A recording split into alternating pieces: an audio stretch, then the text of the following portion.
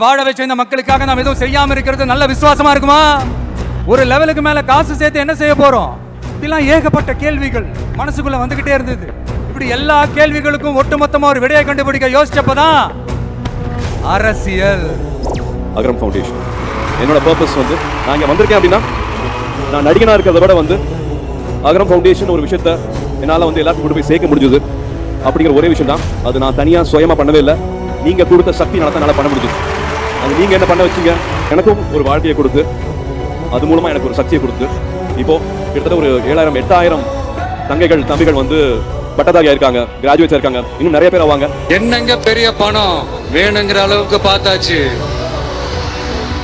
அரசியலுக்கு வந்துதான் நான் பணம் சம்பாதிக்கணுமா என்ன? அந்த ஒரு காசுனால வந்து ஒரு வாழ்க்கையை மாறிடக்கூடாது. அதுக்கு என்ன பண்ண முடியும் அப்படின்னு யோசிக்கும் போது தான் அகரம் ஃபவுண்டேஷன் ஆரம்பிக்கிறதுக்கான காரணமாக இருந்தது. திறமைகள் இருந்தும் பணம் ஒன்று மற்றும் கல்விக்கு தடையில்லை என்று எங்களுக்கு தோள் கொடுத்து தூக்கி விட்டாங்க என்னோட சூர்யா அண்ணா.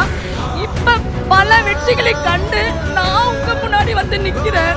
என்னோட கெரியரின் உச்சத்தை எப்படி என்னோட கெரியரின் உச்சத்தை உதறிட்டு அந்த ஊதியத்தை உதறிட்டு உங்க விஜயா உங்களை மட்டுமே நம்பி வந்திருக்கேன்.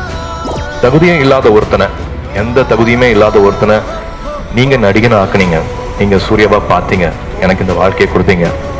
ஸோ நான் எதுவாக இருக்க முடியும், நான் எப்படி பிரயோஜனமாக இருக்க முடியும் இந்த சமுதாயத்துக்கு, இந்த சூர்யாவா ஒரு அடையாளம் கொடுத்த சமுதாயத்துக்கு நான் என்னவா இருக்க முடியும், பிரயோஜனமாக இருக்க முடியும் அப்படின்னா நம்மளுடைய இந்த அகரத்துல 51 டாக்டர்ஸ் இந்த மேடையில இருக்காங்க. எங்க போனாலும் இது வெறும் சும்மா கூட்டம், ஓட்டு போட மாட்டாங்கன்னு சொல்றாங்க. அப்படியா? நடிப்பேன், நல்லா சம்பாதிப்பேன், இன்னும் பெருசா பண்ணுவேன்.